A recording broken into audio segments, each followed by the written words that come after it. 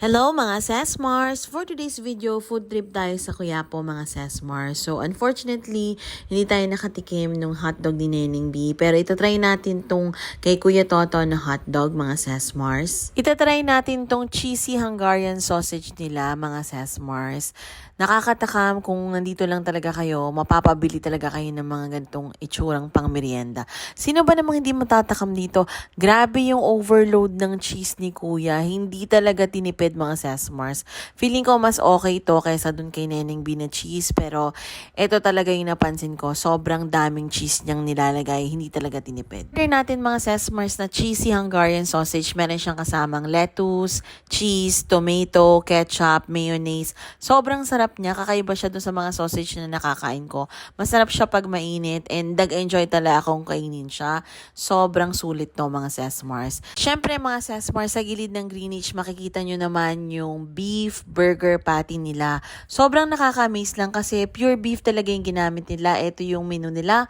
Screenshot nyo na lang. And ito na si ate prepare yung mga orders. Sobrang daming tao dito guys. So kailangan nyo talagang pumila and napakasarap ng burger nila.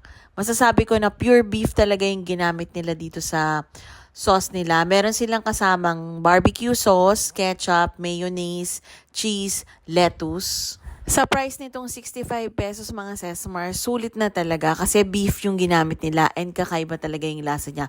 Masarap siya and hindi rin tinipid. Siyempre, nauuhaw na tayo mga Sesmars. Bumili naman tayo nitong white clear gulaman. Yung lasa niya mga Sesmars, literal na tubig tapos white gulaman yung ginamit. Ayun lang, masarap siya, refreshing din siya. Nagsimba ka naman mga Sesmars ng Quiapo, lumabas ka lang sa may Plaza Miranda, dumiretso ka lang papuntang Quinta Market, makita mo to si Kuya na nagtitinda ng buko ice cream.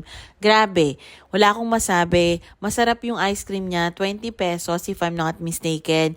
Try nyo to mga Sesmars pag pupunta kayo dito sa Quiapo. Actually, wala siyang specific na pwesto pero ang sarap niya talaga. Refreshing yung buko. Tapos, ito pa rin to mga Sesmars. Sa may Plaza Miranda pa rin. Papunta pa rin tong Quinta Market. Sobrang dami bumibili kay nanay at that time. Ito yung nagtitrending sa Thailand, mga Sesmars.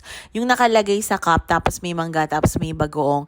Grabe, magulawin na lang kayo mga Sesmars dyan. Masarap talaga siya. At yung nagpasarap talaga dito, I guarantee, yung bagoong nila. Sweet chili yung atake, masarap. Maasim yung mangga, nag-complement yung mangga, tapos dun sa bagoong na sweet chili. Grabe. Try nyo to mga Sesmars. Ayun lang naman guys for today's video. Sana nag-enjoy kayo and I hope to see you again in my next one. Thank you so much. Share ka lang. Salamat. Bye!